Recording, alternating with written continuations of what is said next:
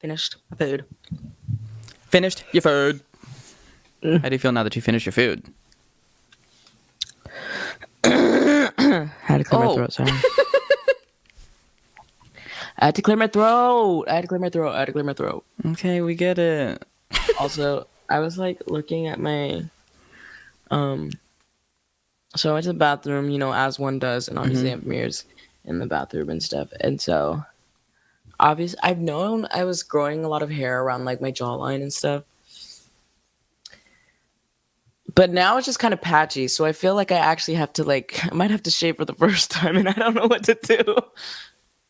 Oh, yeah. Okay. Well, what length is it like right now? Like, what are you kind of getting? Cause I started real patchy. Like, there's just it's like there's hair here, and there's nothing here, and then there's like right here. Mm-hmm.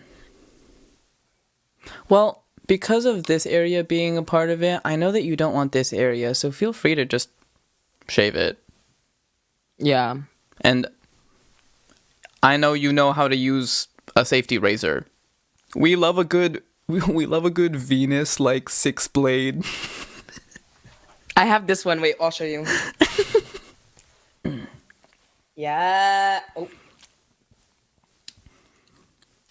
Yes, and is that the moisturizing strip on top with the exfoliation thing on the bottom? Dude, can this thing stop following me around? Knock it off. Okay, a little too close. Sorry. I'm not used to Yes, this is wonderful. For those who are listening, this is... Oh, you're recording? Yes! For those who are listening, Ronnie is showing up. His pink... Is it a Venus razor? It is a Venus razor. Okay, because my personal take, too, is that I think you get more for your money when you get the Venus razors over the Gillette ones. Like the disposable ones. So I would get the Venus razors growing up, too. Yeah. They're kind of good. No, I did not. What? Sorry, Nate responded. Okay. Anyways, but that was the razor. It's a pink. Guys, it's cute. I swear. Also, it has a little Ooh.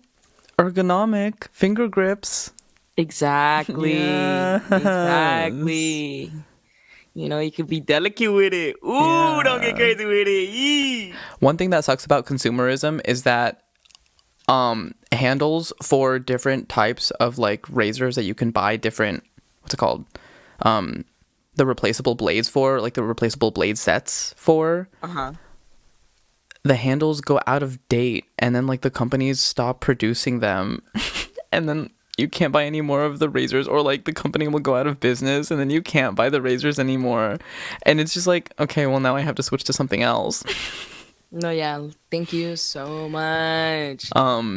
Bring back those fancy like single blade razors, like I don't know how to explain it. They look like safety razors, but they just use one blade instead, and they look kind of rounded on the top and they have a little blade on the bottom, like sort of like this. Oh, I know exactly which ones you're talking about. Yeah. Like, they always use them in barber shops for when they're, like, doing someone's facial hair. Yeah. Hello, once again, my frisky friends, and welcome back to Rambling About Things I Read on Reddit.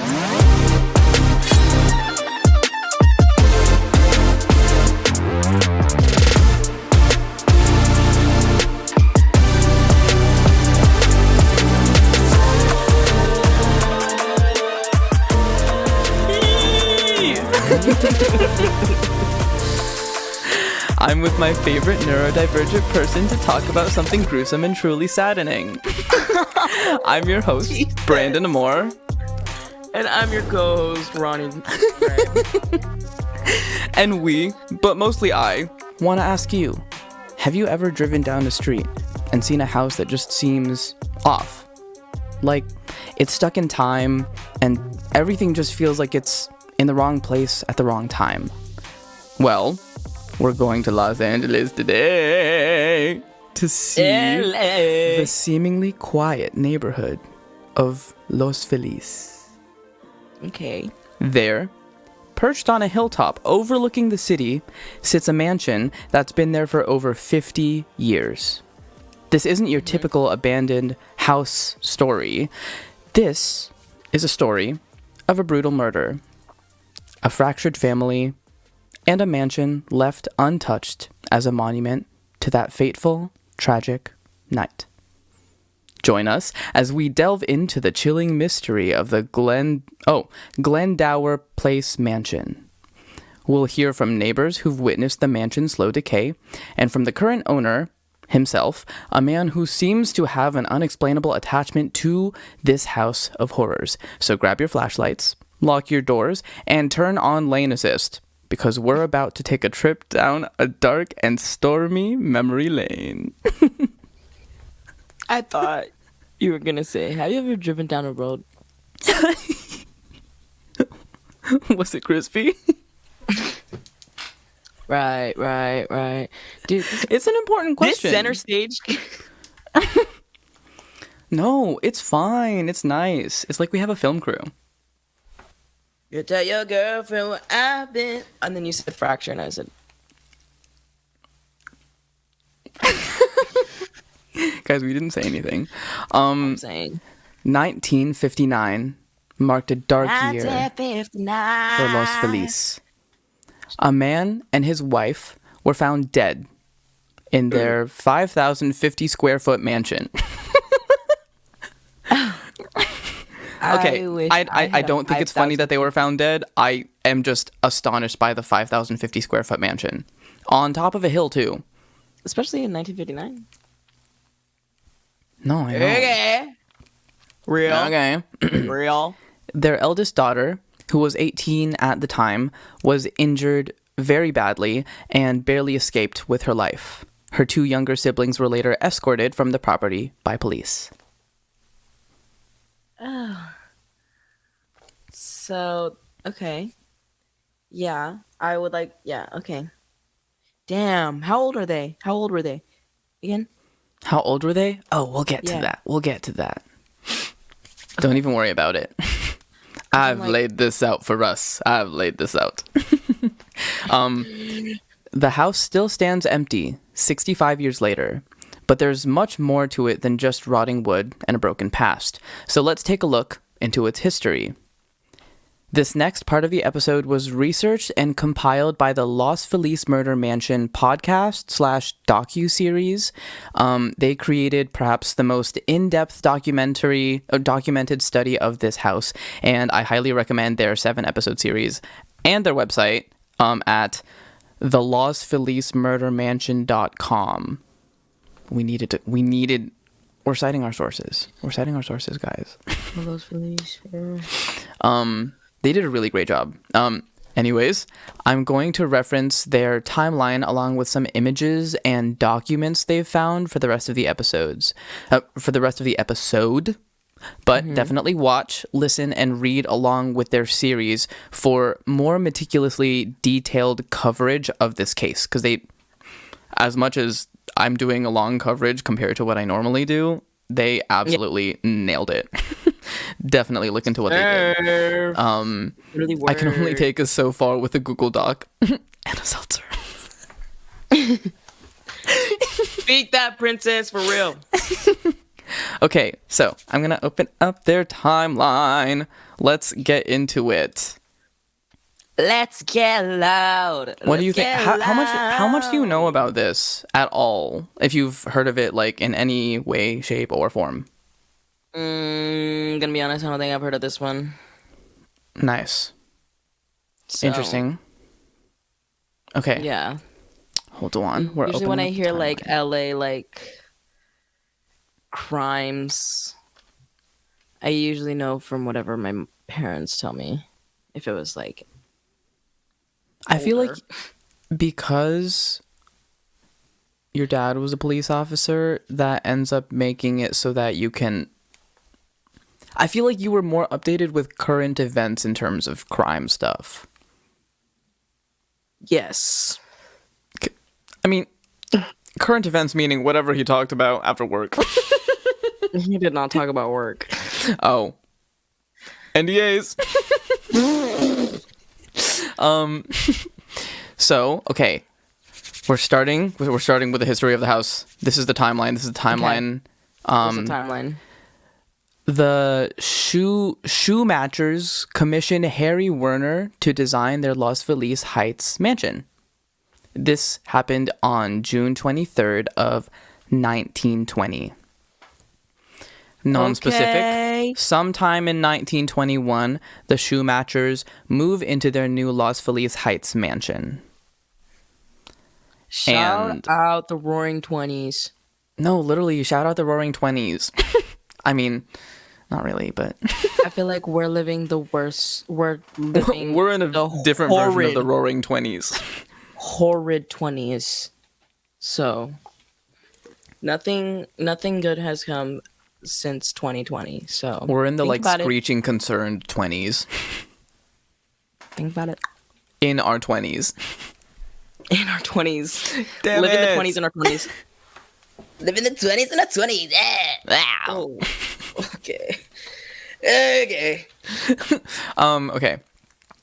So the next thing that we have on July 1st of 1928, Florence Shoemacher dies of heart disease. Damn. I'm so sorry. I literally was like, he's gonna say Florence in the Machine. And Florence in the Machine. Yes, this is the official document certification of death from the California Department of Public Health. Like, they have like they posted the actual a picture of the document. Of her death certificate? Yeah, like this is like so fully fact checked, guys. Guys, we're coming in hot with facts today, okay? This time. Not every time. We are not going to guarantee it every time, but sometimes we're feeling it. So honestly, we're just here for the vibe sometimes, guys. Sometimes you just need a vibe. Not enough people know how to do that. Okay, later that same month, because Florence Shoemacher passed away on July 1st of 1928. On July 28th of 1928, Harold Shoemacher dies of pneumonia. Wait, that's actually so sad. And that's so heartbreaking. Oh, even worse. Literally. They both passed away in the home. Oh, brother. Oh, brother. Yeah. So here's what I think we should do when people die in homes. Never rebuild.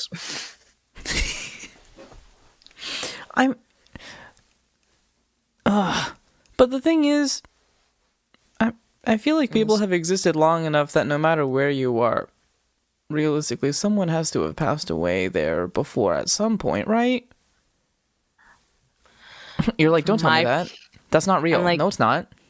No. No one has ever done that. Me acting as if we don't, like, well, you don't, but anymore. But, like, what do we think living in Boston is like? Haunted. I mean, I didn't experience anything in my apartment, but didn't want to try and experience anything. I haven't either. You're like making the sign of the cross right now. Knocking on wood. Just knocked on some wood. Mm-hmm. I mean, I've had my outlets not work, but I feel like that makes sense for an older building. Oh, yeah, because the buildings in our area were like 1910-ish. Yeah, so like... The staircase for my building, oh my gosh. Yeah. Okay. Y'all did not see it, but I will explain it to you. It was really, really narrow, and there were railings, but the railings were like up to my hip. And for reference to how tall that is, I'm like 5'4", 5'5", and the railings were up to my hips. Imagine what that would be like for anyone who was even an inch taller than me, which is like a lot of people. It was short for me. Uh-huh. I'm 5'2". And guys, actually I'm 5'11", so yeah. And on the 6 feet tall, so the staircase itself, the steps were so old that they were all like dipped down by 2 inches towards the center of the step because of the pattern that everyone walks up and down the stairs. And while I was living there, like the ceiling started cracking and falling off and like just chipping onto the stairs. It was great. It was great. Awesome. So slay. I will say the thing that I do. I mean, like in my apartment building, they like do paint pretty frequently, I will say. But they also redid the entire like carpeting on the floors. Because then because I literally couldn't leave my apartment. Yeah. I was trapped in my apartment. And I like, couldn't go to work or classes. And they locked you in. They painted your door so thick that you couldn't open it, and you had to escape from the windows. Yeah, and then they were like, well, because they had all their like stuff like right in front of my door. Yeah. So I was like, I'm not gonna ask 7 guys to move all of their things right now. Also, I'm like not gonna do that. Those dudes are probably not remotely paid enough to do their work. That's what I'm saying. So it's like I'm not doing that right now. Like I'm not gonna do that. So I mean they've also done some. Remember when they did work underneath my apartment and they were like drilling underneath my apartment at 7 a.m? Oh my god, like actually one of the worst things ever. I was like, dude, I'm literally trying to sleep right now and I hear underneath. You just wake up underneath me in the Texas Chainsaw Massacre. It was scary because I was like, bro, like, no, that's like hard to wake up in. And I like I was like, okay, maybe I'm Mexican, I can sleep through anything. Could not sleep through this one. Because it was shaking your place too. A little bit. But like I'm used to, I mean, I sleep through earthquakes, so I just don't, it was not. Yeah, but that's more like acute than an earthquake. Yeah, that's fair. Because think about it, the epicenter of those shakes was literally just right underneath you. Yeah. Okay. That's true. I'm going to keep us from sidetracking too hard. Okay. Sorry, feeling mad talkative right now. Great.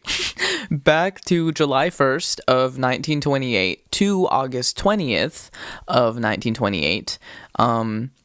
2475 Glendower Place remains vacant. Oh, it remained vacant after the people died. Yeah. The first owner, the Shoematchers died. Shoematcher. Smooth talker. We tried so hard to cope from talking about their passing that we literally just started talking about what happened in Boston. Okay. In 1929 to 1930, Fred Zelnick, a sound film pioneer, moves in briefly. One of the most important producers and directors of the German silent cinema. Shortly after renting the house on Glendower, he would return to Europe to produce his first audio film. Yeah, that's kind of cool. I'm snapping. In 1930, after he moved out, film critic and Hollywood Spectator editor Welford Beaton moves in. Welford Beaton, along with his wife Sarah Louise and son Donald Beaton, begin renting and move into 2475 Glendower Place. Okay, it was the 30s. I want to talk to someone who has these names. Like all these names. These last names are crazy. I want to talk to someone in the 30s right now. I need to talk to someone in the 30s right now. I don't think they would want to talk to us. I'm probably... No, yeah, probably. Our worst nightmare. That's fine. Okay. On May 3rd of 1931, Donald Beaton dies at 2475 Glendower Place, the third death to occur at this house, or this mansion, in less than 4 years. Oh, so this house just got that vibe. Yes, and Not that like dead vibe to it. within the year, in July of 1931, the Beatons move out, and Welford Beaton would file for bankruptcy. Damn, what's going on in this house? Like, Jesus Christ. No, I feel like it only has like some bad energy. Like, why does only bad things happen? Why do only bad things happen in this house? I'm sorry, not speaking English for a second. On December 1st of 1931, Academy Award-winning British actor George Arliss moves in. Ooh. He's kind of serving in this picture. Hold on, let me turn the camera.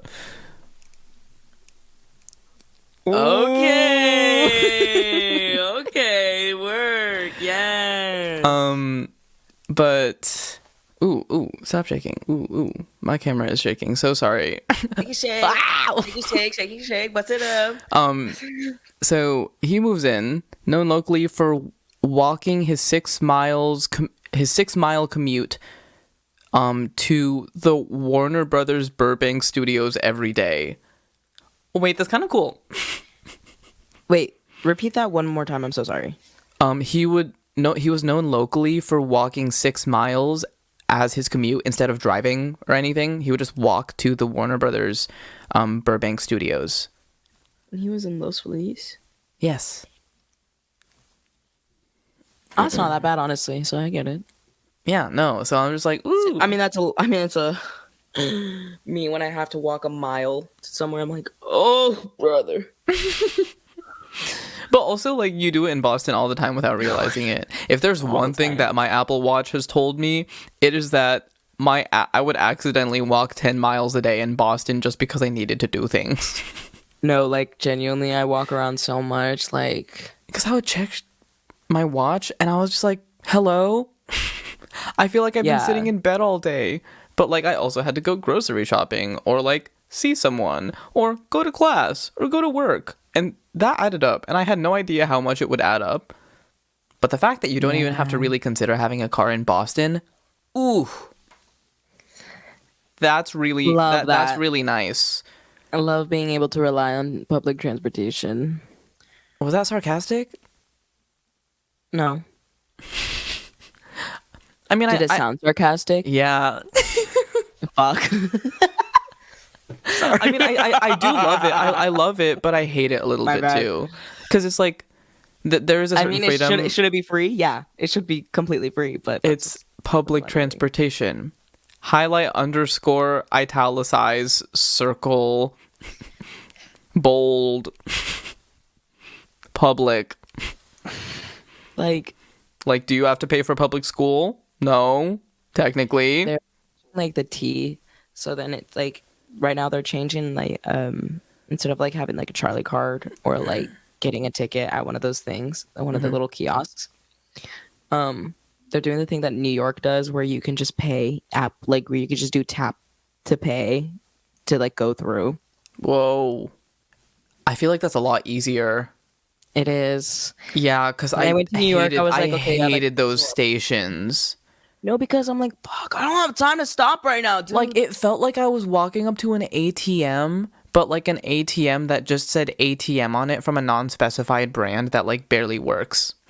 No, yeah. And if you have a card from a local bank from your area, it won't do anything for it. Yeah. Like, awesome. Yeah. But being able to tap, lifesaver, amazing, wonderful, perfection. Love tap. Okay. Bringing us back, because we are back. kings of getting sidetracked. So sorry. May 31st of 1932, the Arliss family moves out. George Arliss and his wife, Florence, were the last renters in the home before it was purchased by new owners. Hold on, because the first owners, there was someone named Florence. Okay. We're seeing a little bit too many, like, there are a little too many patterns. Who's next? No, yeah. Right. Wait, so both of them were named Florence. So there was the first owners were Florence and Harold Shoemacher. Uh-huh. And Florence was the one who passed of heart disease, and Harold passed later in the same month of pneumonia. These ones, George and Florence Arliss, nothing happened to them. They just moved out because they were just renting it because they didn't purchase a home. Okay. But still, weird coincidence. Lots of negative stuff happening in the house. Not sure how much I'm okay with that. No, yeah, I'm like, okay. Yeah. Right. Okay, so on June 1st of 1932, 2475 Glendower Place is purchased by John Stauffer Jr. John Stauffer Jr., Director Emeritus of Stauffer Chemicals, purchased the house in 1931. His wife, Beverly, and their son, Jack, would go on to happily occupy the house at 2475 Glendower Place for more than 3 decades. Okay. So, it seems like we're on like an upward slope. Yeah, we're on the rise in terms of like positive energy stuff happening. Like it's not all bad. It's not all bad. We're moving up in the world right now. Yeah. We're moving up. Ooh, okay. So from the last one that I said was in 1932. So from 1954 to 1956, the Stauffer family donates the house to Whittier College. Okay, my friend goes there. Yeah. Slay. Based on assessor property records, the house was likely donated by the Stauffer family to Whittier College and left vacant. Oh. Whittier College was like, we don't like this one that much, but like, thanks. Kind of rough. They said, they said thanks, but no thanks. ooh. They're like, yeah. Okay. In 1956, the Perelsons purchased the house and move in. Harold, Lillian, Judy, Joel, and Debbie Perelson purchased the Glendower house from Whittier College for... Oh! I forgot that inflation was a thing. No, I didn't. But, like, I forgot how much inflation affected the price of fucking housing in America. They purchased the house from Whittier College for $30,000. A 5,050 square foot mansion. And dude, hold on. That actually took the wind out of me. That, hold on. Actually, like, get this. Like all the breath in my body just like left. This isn't like LA. Okay, get this. Adjusted to the currency for 2021, that's $285,000. That's it. For that property, I understand that there have been deaths on the property, but there was nothing ominous on that property at that point yet. It was really just that people had passed away, which is like standard when someone has like a house that they live in for the rest of their lives, you know?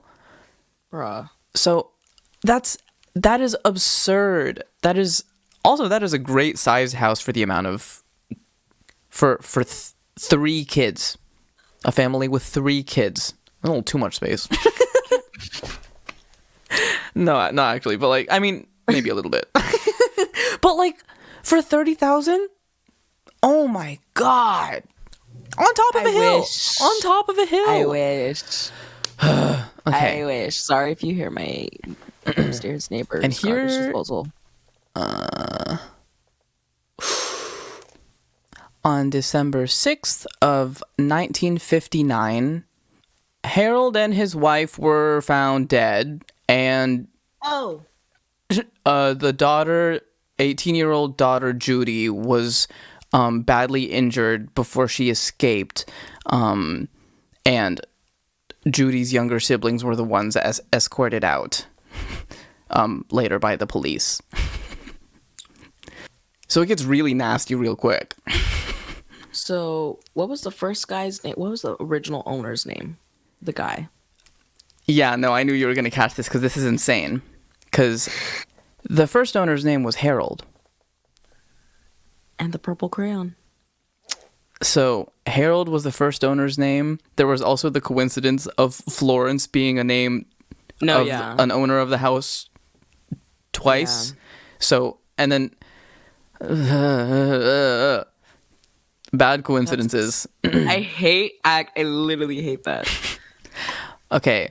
From 1960 to 2015, the Los Feliz murder mansion is purchased by the Enriquez family. The Enriquez family purchases a property with all of the Perelsons' belongings included, and after buying it, they seem to have not done anything to it at all. Like, it was just purchased and then untouched. Untouchable, untouchable, untouchable. Why would they? Is it like?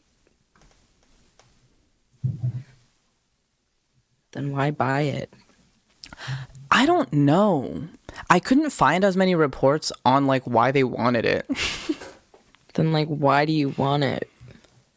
Cause like, okay, here I'm gonna. Like, I'll get like, into the description of the house with it too. Wait, say it again. Yeah, well, just because, especially if you're like not gonna do anything, then I mean, I guess if you have enough money, like go you. But like, why? Anyways, after researching this, I can fully tell you that there was like nothing done with the place really since that happened. Bruh. Yeah. Okay. The grim events of December 6th, 1959 were settled swiftly by investigators, but the impact? That lingers on in the empty shell that is the Glendower Place mansion.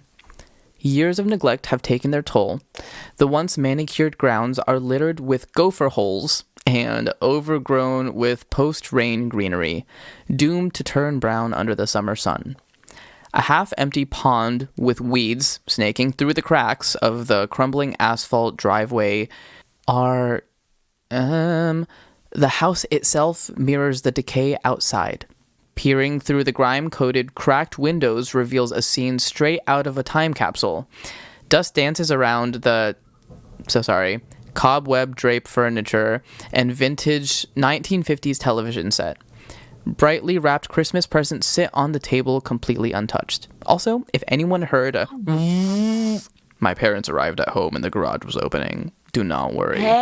I'm sorry for anyone who has headphones and totally thought something crazy just started happening in the midst of me saying that. Ooh, okay. I'm gonna get into the description of like... Okay. The architecture. Okay, get into it. The Spanish Revival Mansion was built in 1925 and boasts a grandeur lost to time. 3 stories sprawl out with a basement in California? Okay. Containing a forgotten maid's quarters. Oh, they had a maid's quarters? In California? Okay. Anyone who's not from California is not... You're not gonna get why we're so astonished right now, but like... Or maybe you will, because what if you're looking for houses in California? You know, but like, it's just crazy. The first floor offers a grand entrance hall, flanked by a sunroom and a spacious living room. Deeper within lies a den, a formal dining room, and a really nice kitchen. Mm-hmm. When you go up the stairs, we see 4 large bedrooms on the second floor, each seemingly untouched since that has happened. The extravagance continues on the third floor. This is where it gets crazy. Where a sprawling 20-foot by 36-foot ballroom, complete with a bar, awaits guests. Bruh, dream house. $30,000. 30? Do you have links? I want to see this fucking place. Hold on. Oh, no, don't look it up. I'll show it to you after I'll show it to you after I finish telling the story, cuz no, yeah, cuz there's things that I've left out on purpose. There's things I'm envisioning, but I could be wrong. Yeah. You're just practicing. You're practicing. I could be violet sky, I could be hurtful, I could be purple, I could be Exactly. Despite the decay, the mansion's potential remains. Real estate experts estimate a staggering $2.9 million price tag today. thanks to the breathtaking views of the Los Angeles basin and the distant Palos Verdes Peninsula. Yet, the house remains frozen in time. Literally nothing done to it. Yeah. I really do mean that. When we look at pictures later, absolutely, like, untouched. Like what I said, there's still the Christmas presents from when it happened. Is it a museum? No. So it's just there. Some of the best pictures that I found were posted by people on Reddit. From, like, not because they were breaking in, because they were, like, holding up their phones to the windows and trying to get pictures. But, like, all of the records of this house exist. I'm just so curious as to why these motherfuckers really bought this place. Cause, like, bro, what are you doing? Like, why did why did you buy this if you're not even gonna fucking use it? You know what I mean? Like, I feel like that's just like such a waste of money. But obviously, I can't speak for everybody. Yeah, but that's just me. Like, okay, I'm sure you can tell that I've been really, really vague about what happened on that night. Yeah, I want to know what happened to them. It's because I've been dreading to tell you about that night. It's a big part of this case, and I've liked researching this part the least. But at least I had the support of my guy, Seth Stiles, for writing the article from johnhartrealestate.com that I'll be referencing for the next part, which is insane because some of the best records of all of this have been kept by, like, in public domain because of real estate agents. Because, I mean, like, the house has been on the market. It's been moving a lot. Like, I mean... Yeah. I wonder what it must be like to be a real estate agent working on a house of someone who had been murdered there. What's that? What was it? Nathan For You? Was it Nathan For You? Oh, I love him. That's my husband. Was it Nathan For You where he did, like... Or it was either him or someone else that they had a real estate agent's, like... How a real estate agent's, like, selling point and, like, brand be the fact that they sold homes that were haunted. I think I remember that. Yeah. I think about that. That just reminded me. The thing is, there is a market for that just because tourist attractions, amazing. And exactly. If you people love visiting haunted shit. If you go, like, you can literally go to your local city government and talk to them about preserving a historical haunted place and turning it into a museum. Like, they will help you do that. No, yeah. So it's like, might as well. Like, I get it. Because they're just like, ooh, history of our town. There's a market awesome. for everything. Yeah, there really is. And you just need to know how to tap into it. Random, like, so incredibly unrelated, but you saying that there is a market for everything made me think about this. Coco Moco on TikTok has a podcast, and she was talking about how the Kardashians use this strategy for business where they just literally, as Shakira once said, try everything. I mean, Gazelle once said, try everything. Mm-hmm. And they literally just try everything until it works, and then when it works, they just stick to it, like Kim Kardashian with Skims. Yeah. And, like, but, like, it changes every few years depending on what is on the rise. But as they're doing those main things, they try other things. Like, Kim was also doing, like, true crime documentaries on Hulu for a bit. Yeah. She's on American Horror Story right now, too. We don't have to talk more about that season. Anyways, I'm gonna do a really good job of focusing myself back. Okay. Okay, so we have come to my dramatized version of Seth's stylish story. That was really hard to say, but Seth Styles' story, but I called it Seth's stylish story because he did a really good job. As I was reading through it, He was in advanced English in high school for sure. Cause he was Bro was taking AP Lit. He was so AP Lit. literally. He took AP Lit freshman year. He took honors English. He took honors English in middle school. He beat everyone else to it. He's crazy, guys. None of these are facts. I am not. Seth? We're just saying stuff. Seth, I hope you enjoy this. We're just saying things, guys. We're just hyping you up. Okay. Are you ready?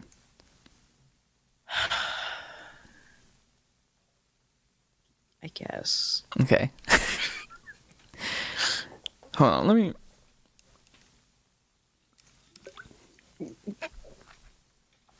I needed the lubrication.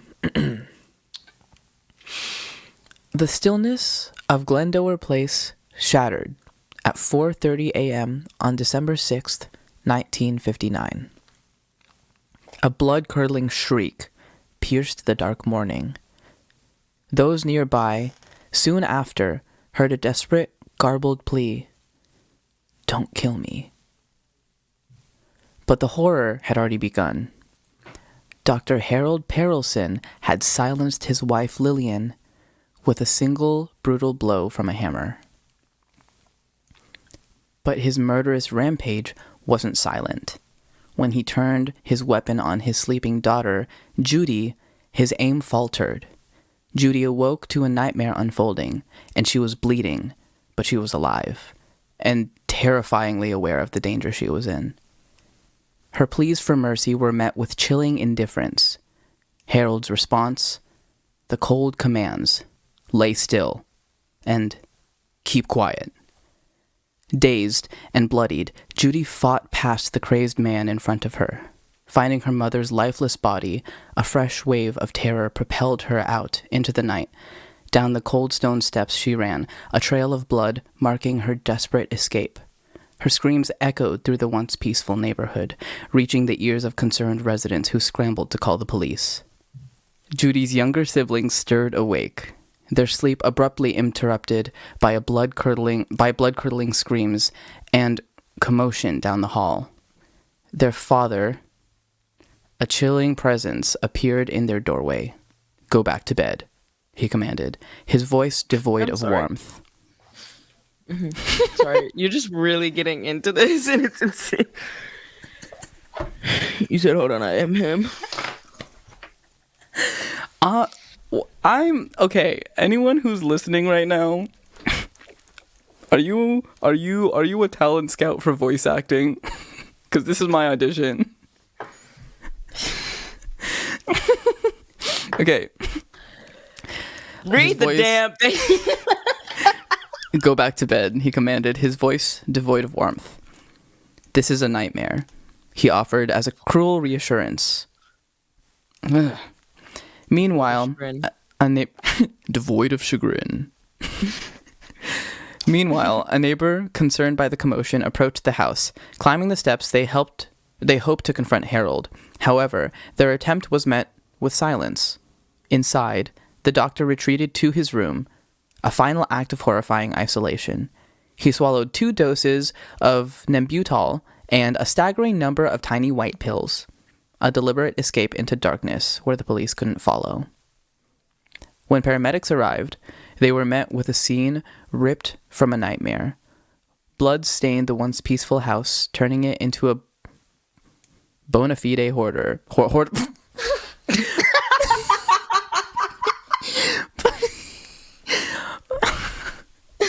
Into a low-quality horror film.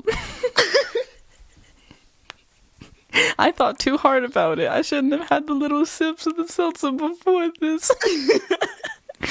Damn it. I was gonna be like, you need to speak English, babe. Okay, fine. Here. Want me to speak English? Lillian lay lifeless, the whites of her eyes overtaken by the horrific red of ruptured blood vessels.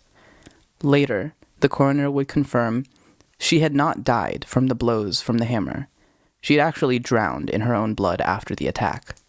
Oh my god. On Harold's nightstand, a nauseating clue was left. A copy of Dante's Divine Comedy lay open to Canto 1. And here's the quote. Midway upon the journey of our life, I found myself within a dark forest, for the straightforward path had been lost. Okay, anyone listening who heard the garage start doing the thing again, you are fine. Nothing crazy is happening. It's just the garage opening and closing. I didn't mean to ruin that quote at the end of it, but... You're okay. A shroud of secrecy hung over the Perelson family. While their neighbors saw a seemingly normal life, a darkness festered beneath the surface. Dr. Perelson's financial world crumbled after a bad investment, and his reported heart attacks were later revealed as chilling suicide attempts. Lillian, likely aware of her husband's mental state, allegedly planned to have him committed. This, it seems, was the final push for Dr. Perelson, and a twisted logic only to him dealt with his known only to him. He dealt with his problems permanently on that night. The house itself became a monument to the tragedy. Sold a year later, it passed into the hands of the Enriquezes.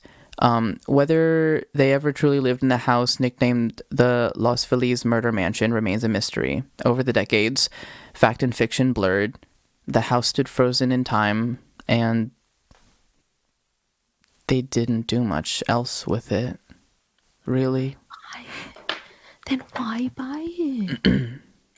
It's a whole bunch of nothing. Did they I'm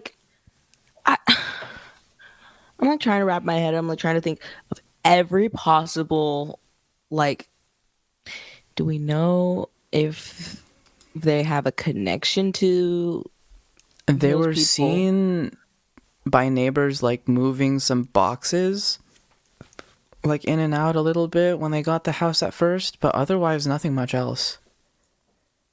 I think the last reports that I saw were in 2023, and there's still nothing. Huh. Okay. Yeah. Well, I literally need answers. I need answers. Oh, me when I don't get answers. Yeah. But it was confirmed by police pretty immediately that Dr. Harold Perelson was the murderer. That's actually insane. And I mean, even further than that, it was reported that aside from the fact that we started finding out more about his mental health situation, there weren't any other indicators that suggested why he would do that.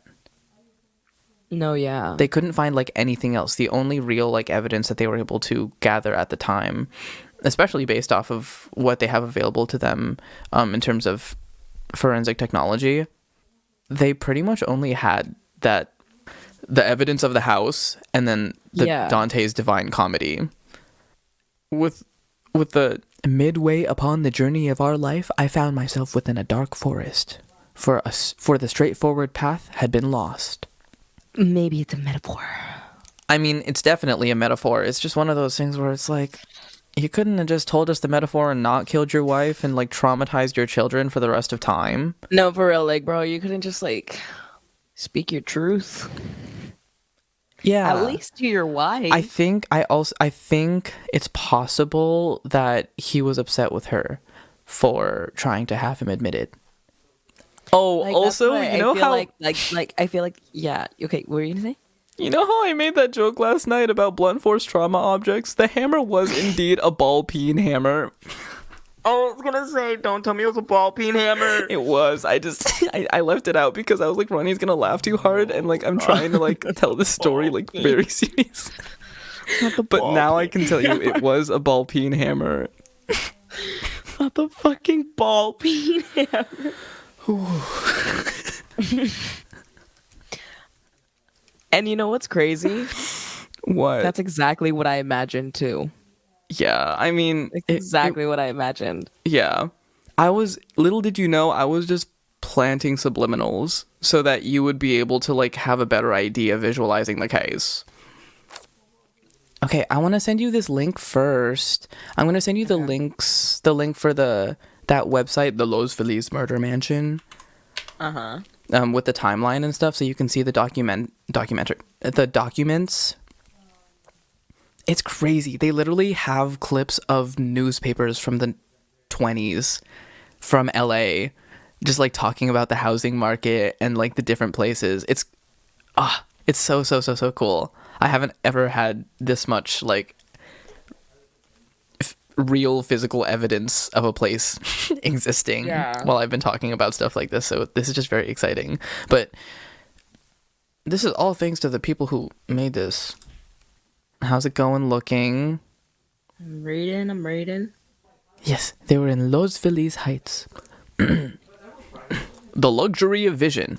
This is preeminently the greatest boon of those who own or will sites on Los Feliz Heights. An unobstructed view of that splendid valley between Los Angeles and the sea, with its clusters of fine homes, its wealth of tree and shrub, its green, open spaces, and Hollywood, the better part of it, in the foreground below.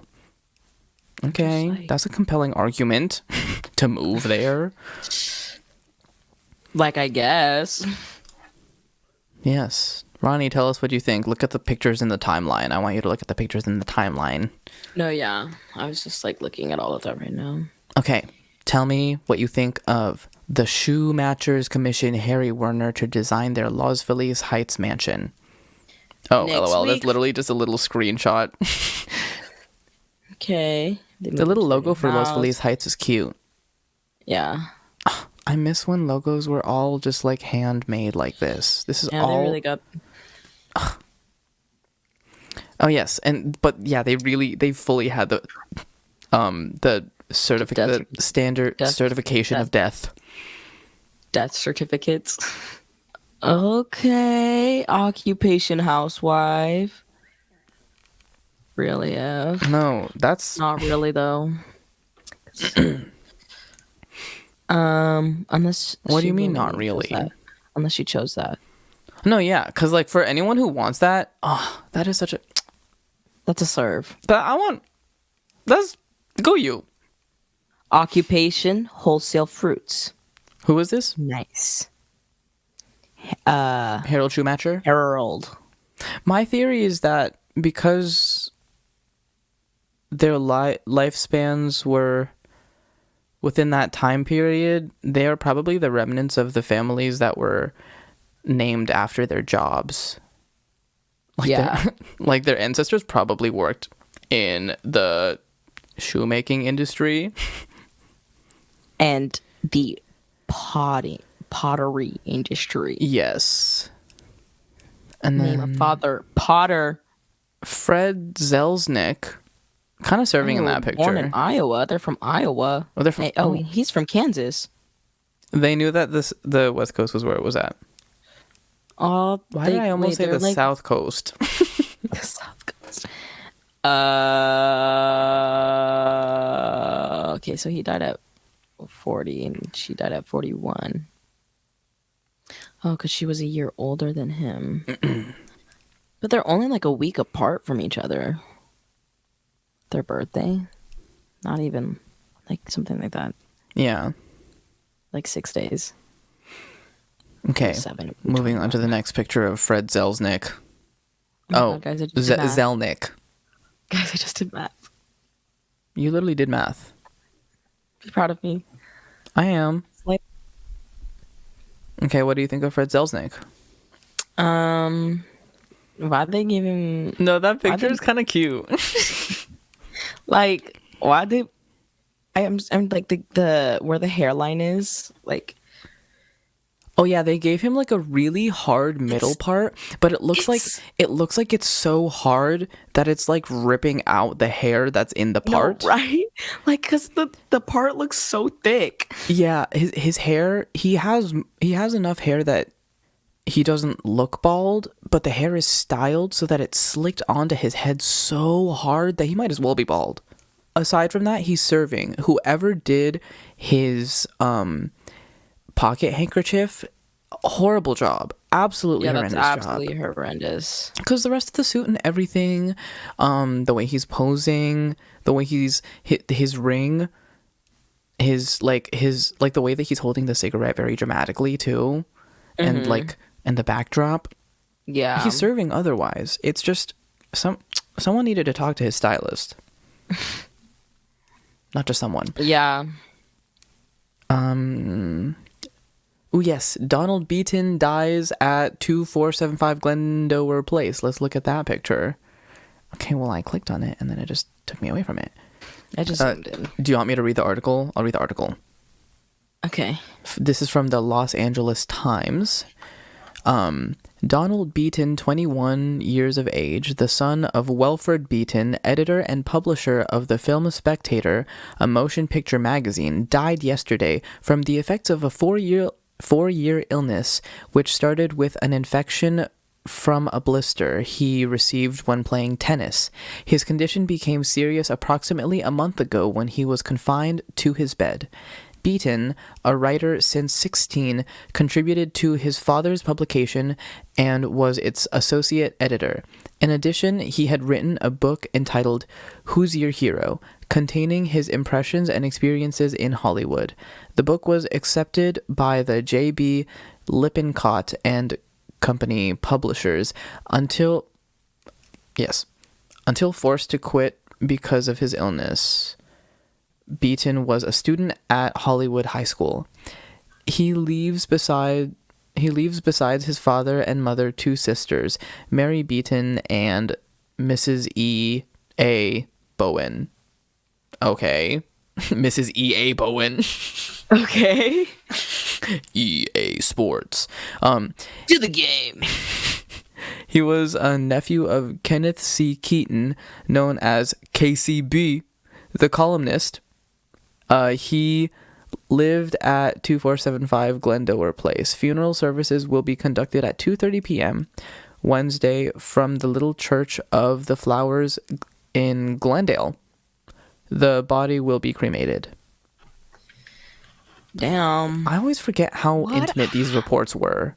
They really told you everything about what was happening in someone's life. No, for real, they said. They really gave you everything. It definitely was not just a blister then. I just want to know what the infection was. Like, what kind of infection was it? Y'all gave the funeral service address and everything, but you didn't say. Well, I think they didn't know. I feel like they would have said if they knew. Yeah. Okay, so the next one, we're going to George Arliss. And this, they didn't say where this one was from, but George Arliss has difficulty taking a walk. Early morning, autoists along Dark Canyon Road near the Burbank studios of Warner Brothers have frequently come upon a small gentleman with a monocle and a cane striding vigorously through the grass and weeds at the edge of the highway. That's how I imagine you. A small gentleman with a monocle and a cane striding vigorously through the grass. When I was younger, I wanted to be that adult. Yeah, that's exactly how I envision you. Like, if you just read that, the first image that I would start envisioning in my brain is you. If you hadn't seen his face. Yep. He's serving in this, though. Yeah, he said. Thinking about when people would put on monocles and they're like, hold on, I need to see. And then they would have to, squeeze their eye around it. That was so strange. I feel like that would be so stressful. I would, take my eye out on accident. Also mad inconvenient. Yeah. Mad inconvenient. Also, I feel like that would fuck up my prescription because only one of my eyes would be prescribed. I would work for my cousin. I would get so cross-eyed. But yes, for people who have different prescriptions per eye, which is most people, but for people who have that, very helpful. But I mean, you can also just get glasses because they stay on better. Or contacts. They have quit offering him a ride because they know that he will retort crisply that he has been offered a dozen rides and he is walking for exercise. So sassy. Mr. Arliss often walks the 6 miles from his Hollywood home to the studios, which distance is a mere trifle if one happens to be English. Okay. George Arliss is now to be seen at the Tower Theatre in a screen version of the play which he himself wrote in collaboration with Mary Hamlin and starred in Here Abroad, Alexander Hamilton. Hold on. Alexander Hamilton. George Arliss is now We are waiting in a screen version of the play which he himself wrote in collaboration with Mary Hamlin. He Lin-Manuel Miranda, you plagiarismist. No, you know those plagiarizer. Wait, hold on. When did this fool die? And when did Oh, I don't know when he passed away, but he moved out in 1932. George Arliss, Arliss. Okay. Let's have a search. Let's have an investigation. April 10th. Okay, he died February 5th, 1946. Lin-Manuel Miranda was born January 16th, 1980. Rest in peace, George Arliss. Welcome back, Lin-Manuel Miranda. Honestly, wait, hold on. Now we need to look at pictures of George Arliss, because if George Arliss serves like Lin-Manuel, then maybe we have a reincarnation in our hands. We might have a reincarnation right here. Yeah, they totally look like twins. Wait. You can't tell me this isn't just a kind of short-haired Lin-Manuel with the side part. With the side. Yeah, this is literally just new air. Oh my gosh. This is white. I'm not saying this because they look like each other. I'm saying this just because they serve like each other. George Arliss and Hamilton. Oh, I found a side-by-side of them. You did? Yeah, copy image. Send it to me right now. I need to see this. This is so important. Oh my gosh. There's a million things I haven't done. Wait, wow. We literally can't escape Hamilton no matter what we fucking do. Dude, this is actually insane. Maybe it's just because I've never been satisfied. And when your time is up, have you done enough? Will they tell your stories? Who lives, who dies, who tells your story? What's your name, man? Alexander Hamilton. We are waiting in the wings for you. Never back down, never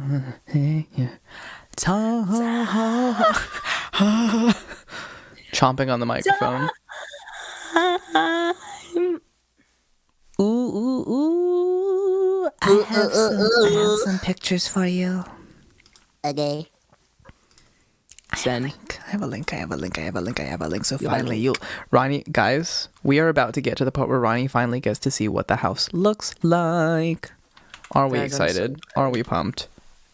And we'll just look at one picture at a time. So just click on the picture, and then we'll click. Ooh! I clicked an arrow key, and now it took me to a Brendan Fraser post. Oh, okay. Hold on. It's loading. There it is. Yeah. Okay, we'll just look at one picture at a time. So we're on the first picture. What do you think? Okay. Edison Security? No way! That looks like my mom's logo. It's actually kind of cute. I'm gonna be honest. No, it's cute. Like, no, I see there's a lot of potential here. No, yeah. It's like the only reason it doesn't look nice is exclusively because it wasn't maintained. Yeah. Because it's a 3-story Spanish architecture type housing. Like, that's awesome. The staircase is cool. Let's go to second picture. Okay, that is just a picture of the stairs, but not even like a picture of the stairs. It's like just a picture of like maybe 10 of the steps. No, yeah. Like, okay. Okay, picture after that. No, because this is a nice lot. Like, this is it's big. It's like all you have to you just need to get the driveway repaved, and it's a huge driveway. Like, you could honestly fit a semi or two in there. Ooh. Okay. There's the fountain. Oh, it's yucky. Oh, I went to the one underneath to the fountain. Let's scroll down one more after the fountain. Ooh. See, okay, again, this is like one of those things where it only looks bad because it's not maintained. They have like but even for like not even being maintained, it looks still nice. Yeah. That door just really stresses me out, honestly. It's I think it's just because of the way that the metal definitely like did something to the wood underneath it. Oh yeah, like the wood and the like at the bottom is just really messed horrendous. Up. But like the outside, like around the door and into it, like that is really nice. Okay, scroll down to the one underneath that. Bro, they got views. Oh, that's gorge. I knew that they said that they had views, but like they really have really nice views. Okay, underneath that. Arch windows. Okay, the inside terrifying. Yeah. But the arch windows are so cute. I prefer arch windows over because they just feel more inviting. Yeah. Scroll down one more to the more zoomed in door shot. Okay. Yeah, no, that looks a lot less scary up close. But it looks like they just... Yeah, it looks like they boarded it up, though. Oh, they probably boarded it up because the glass broke or something. Because I feel like that has to have been glass before.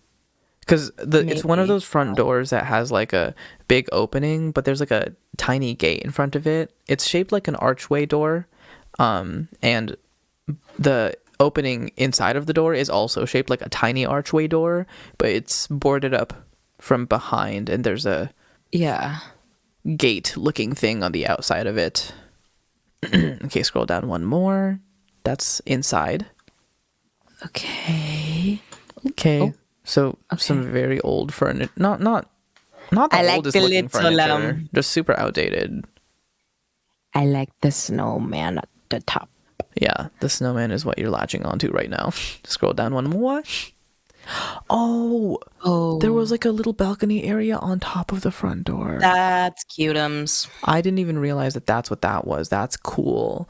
And on top of that, the lighting fixtures that they have on the sconces, the lighting sconces that they have on the outside, they're so like medieval, but it matches with the way that they did the archways, because the way they did their archways, and they like used brick or concrete block looking type things, and it just works so well with the medieval styling for certain parts. Okay, scroll down one more to the broken door, and I think that's the sunroom. So did these people just break in? Because I'm assuming you could just break in. The thing is, it doesn't look fully broken in, you know what I mean?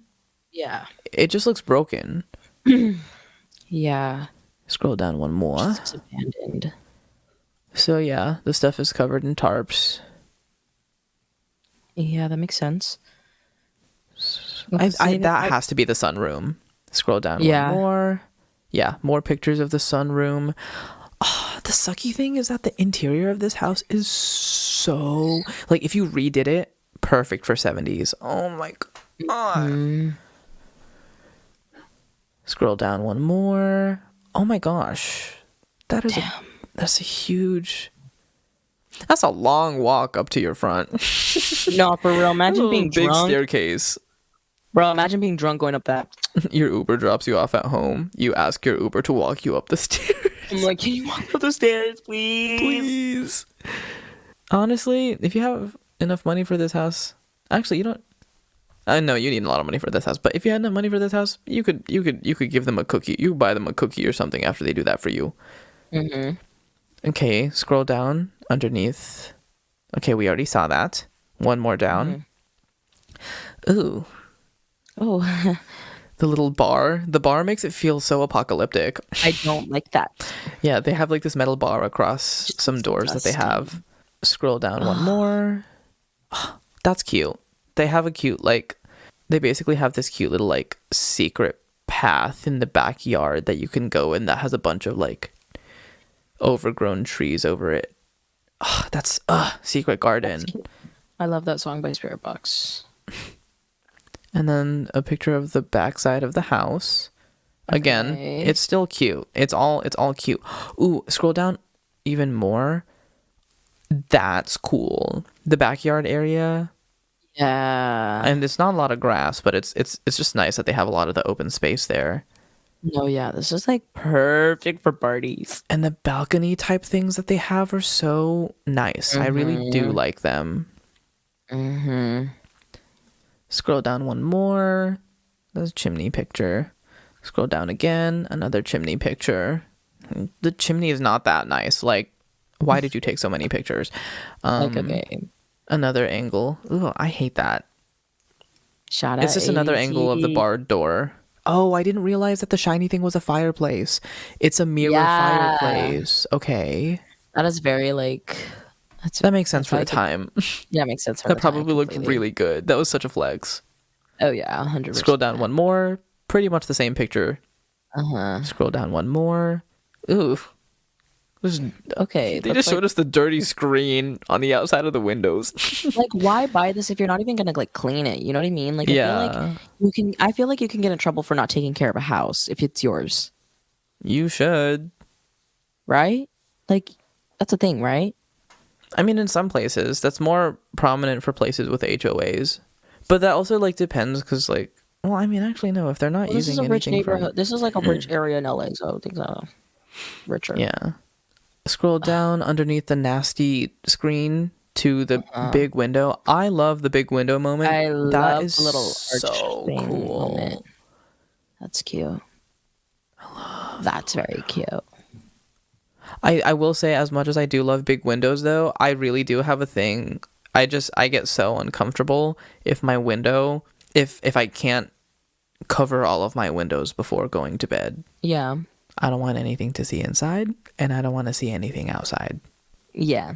I've also just been on Appalachia TikTok way too much. Because they're just like, because this girl was talking about stories of when she was just like, there was one time where I forgot to close the blinds on my window before I went to bed, and then I woke up in the middle of the night, and I realized that it was really weird and quiet, and I felt like something was looking at me. So I went over to the window and I heard whistling, and I heard something trying to whisper my name, but it sounded like incorrect and the pronunciation was a little bit off. And I kept on hearing hey throughout the house, and I was like, oh my god, I can't. This is a lot. And they're just like, if you see anything, no you didn't. Just pretend like you didn't and hope to God that it didn't see that you saw it. And I'm just like, wow, I'm never going to open anything.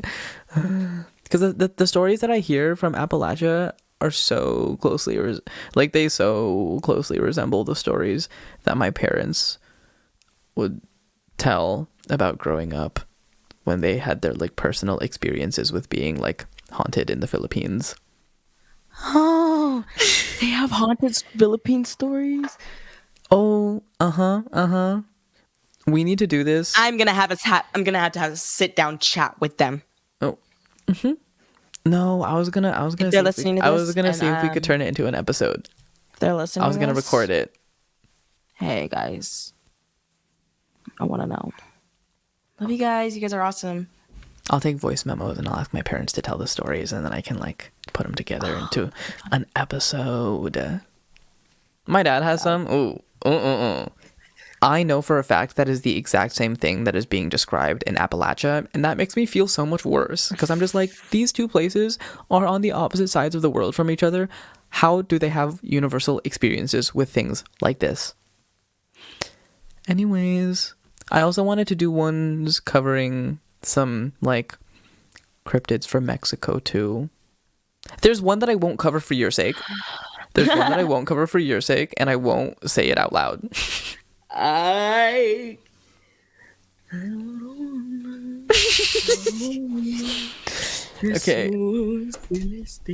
Let's see. What picture did we stop at? We stopped on the arch window. Oh, the big arch window. Scroll down. Ugly fountain. Again. Well, it's broken. That's the only reason it's ugly. It's a nice fountain. Yeah. Scroll down a little more. Big fucking driveway. Oh my god. No, yeah, you could really. Scroll down a little more to the bench. Oh, the cute bench. Oh, that's cute. Oh my god. I need to have a concrete bench installed somewhere. Why am I like I could totally see myself living here. No, I could too. I could too, because that's exactly what I was thinking when I was seeing it. I mean, this is us just trying to like block out everything that we talked about just now. I feel like I'm on Zillow right now. No, that's why I kind of like these. I'm just like, it's kind of interesting to look at it like this. Oh yeah. Okay. Scroll down underneath the bench one. Again, cute. Front. Not maintained, but cute. Again, okay, we get it. You have the arch window. Again, we get it. You have the arch door. More arch windows. Double arch. What is the point of showing us the thing that looks like a cross? Are you trying to make us scared, guys? Yeah, for real. Like, what are you trying to say here? Okay. I think, hold on. Yeah, that's pretty much all the pictures. Yeah. Cute. Cutesy. Bootsy. Cutesy. Okay, I want to... And then the Perelsons. There they are. Bro, which one is the mom and which one's the oldest daughter? I can't tell right now. I'm so sorry. Oh, did you look up a picture of them? No, like I'm looking at the picture on the website that you sent me. Oh yes. Okay, come on, Perelsons. Hold on, let me pull it up. I want to see the picture. Oh yeah, that's a good question. I'm gonna assume that the mom is the one wearing white. Oh wait, now See, I was gonna say the opposite. Now I'm doubting myself. No, yeah, right. I'm like, I feel like it might be the other one. Only because she's wearing like a pearl necklace. Only because she's wearing a pearl necklace do I think that is the mother. I couldn't tell if that was a pearl necklace or a lace collar. Yeah, either can I. I'm just going with pearl necklace. The thing is, pearl necklace and lace collar could indicate a more motherly style, so we're just gonna assume that. No, yeah. Yeah. Oh wait, did I send you the link to the pictures of their and locations of their graves? No. I will send that because I was able to find them. Hey. It was just on findagrave.com. Bro's from New York. Get out of my fucking state, dude. Home of Peace Memorial Park in East LA. That's where they're buried. Not his birth being February 26th, 1909. I know the death of George Arliss is the day his death day is his birthday. Flowers. Oh, that's crazy. You can click and leave flowers on the pictures of the graves so you can visit without physically visiting. That's actually kind of nice. Yeah. Although I'm not going to claim that I know everything about this website, but from what I can tell, it seems Excuse me. Interesting. Sorry, guys. On plot 3M, row F, grave number 44 and 45. Pilots. I'm getting 21 Pilots Clancy Tour ads right now. On the website? Yeah. Rough. That's rough. Can't escape them. Yeah. Okay. But that is pretty much all that I have for today's episode. Okay. Damn. What did you think? That was kind of crazy but busy, honestly. Yeah. But I just would rather they give up the, like, put the house on the market if they're not even gonna do anything with it. You know what I mean? Because, like, if you're, like, keeping it for, like, for, like, historic value, then, okay, like, I get that. It's not even, like, a haunted museum or anything. No, yeah, that's what I'm saying. So it's just, like, what's the point? Oh, yo. I think I saw someone on Reddit say, why hasn't someone tried to claim squatters' rights on this place? And it's like, because it's not technically abandoned. Yeah, like, it's because it's not. Because like they own it, so it's not. And basically, there's nothing really else that they have to do with it. Yeah. So it's like it's not technically abandoned, but no one has really seen them doing anything with it. There were just those people that said they kind of saw some stuff with them moving boxes and stuff, but not much else. No, yeah. Because I just don't understand the point of like holding a house and just leaving. Especially because it's like if you wanted to, you could totally renovate this house and resell it because the base of it is already really good. Yeah. And like you could make money nice off of that. Because this is like a pretty nicely stylized house in terms of just the construction. If you get rid of all of the furniture, it is a good base. And the property is wonderful and it's massive. The driveway is great. The good location. Ascending staircase to the house is so dramatic. Yeah. I will say though, ascending staircases to houses like on hillsides that are like zigzag staircases going up to those houses, I always see those in horror movies where someone is murdered in a house. Makes sense. Also, I looked at the place. I wanted to see where this I wanted to see where this park was. Mm-hmm. It's not far from us. At all. Yeah! Ooh, don't triangulate us, Ronni. You don't have to include this part, but it's like literally less than 10 minutes away from us. Rough. Yeah, that's like crazy though. Yeah. But yes, thank you everyone for listening to this episode of Rambling About Things I Read on Reddit. We really enjoyed having you here. I had a lot of fun writing this episode. I hope Ronni had a lot of fun listening to my crazy and kooky narration moments. I loved it. Yay! I loved it. It. And you can follow us on Instagram, me at Brandon._.amore. And you can also find me on TikTok with that same tag. And then you can find me on YouTube with Brandon Amore. And that's also where you'll be able to find the Rambling About Things I Read on Reddit podcast. Ronni? Yeah. You can follow me at Ronni Granados, RONNIGRANADOS, on Instagram and Twitter, and then you can follow me on TikTok if you want. At Ronni Red, RONNIIRED. So, yeah. Thanks so much for listening to the entire episode if you're still here, and if you're not, well, bye already. But for the ones who are still here, love ya. Thanks so much for listening and continuing to support. And I was gonna say and listening, but I already said listening, so yeah. It's okay. Yeah, bye. Bye, see you guys next week. Bye, see you next week. Bye. Love you. Bye.